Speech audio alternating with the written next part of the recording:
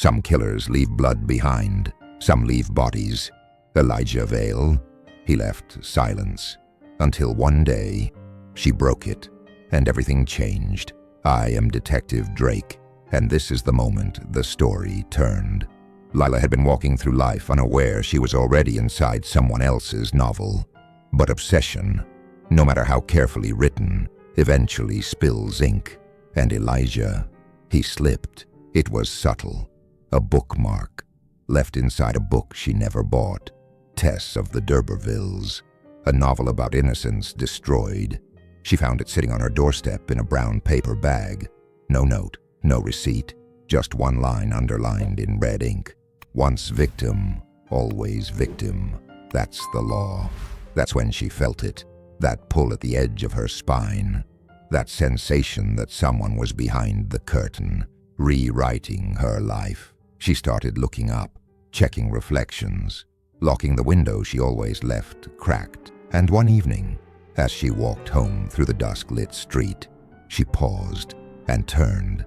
Elijah was there, across the street, still. He didn't move, didn't hide, didn't smile. She didn't know his name, but she saw his eyes, and in that instant, the narrative shattered. He wrote about it that night. Today, she looked back. She saw me. It wasn't fear. It was recognition. We're getting closer to the end. I remember reading those words in his handwriting. It wasn't joy.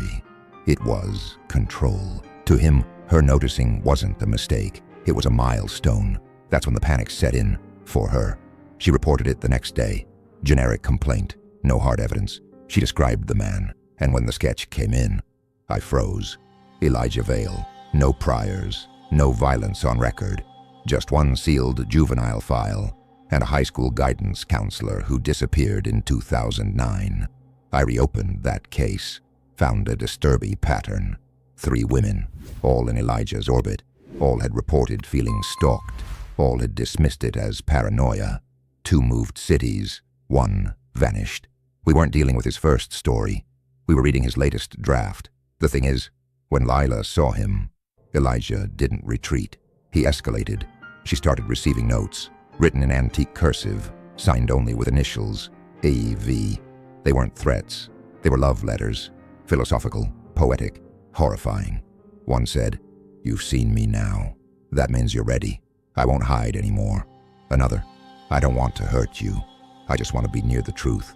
You are the truth." We had enough to place surveillance, but he didn't take the bait. He vanished. No phone pings, no credit card use. He evaporated, like a character walking off the page. That's when I knew. He was preparing for the climax. And Lila? She'd gone from target to participant. This wasn't about watching anymore. It was about closure. And in Elijah's mind, all good stories end the same way, with love sealed in silence, and everything else erased. Next episode, the basement. Because when we finally found him, he wasn't running, he was writing. And the last chapter had her name on it.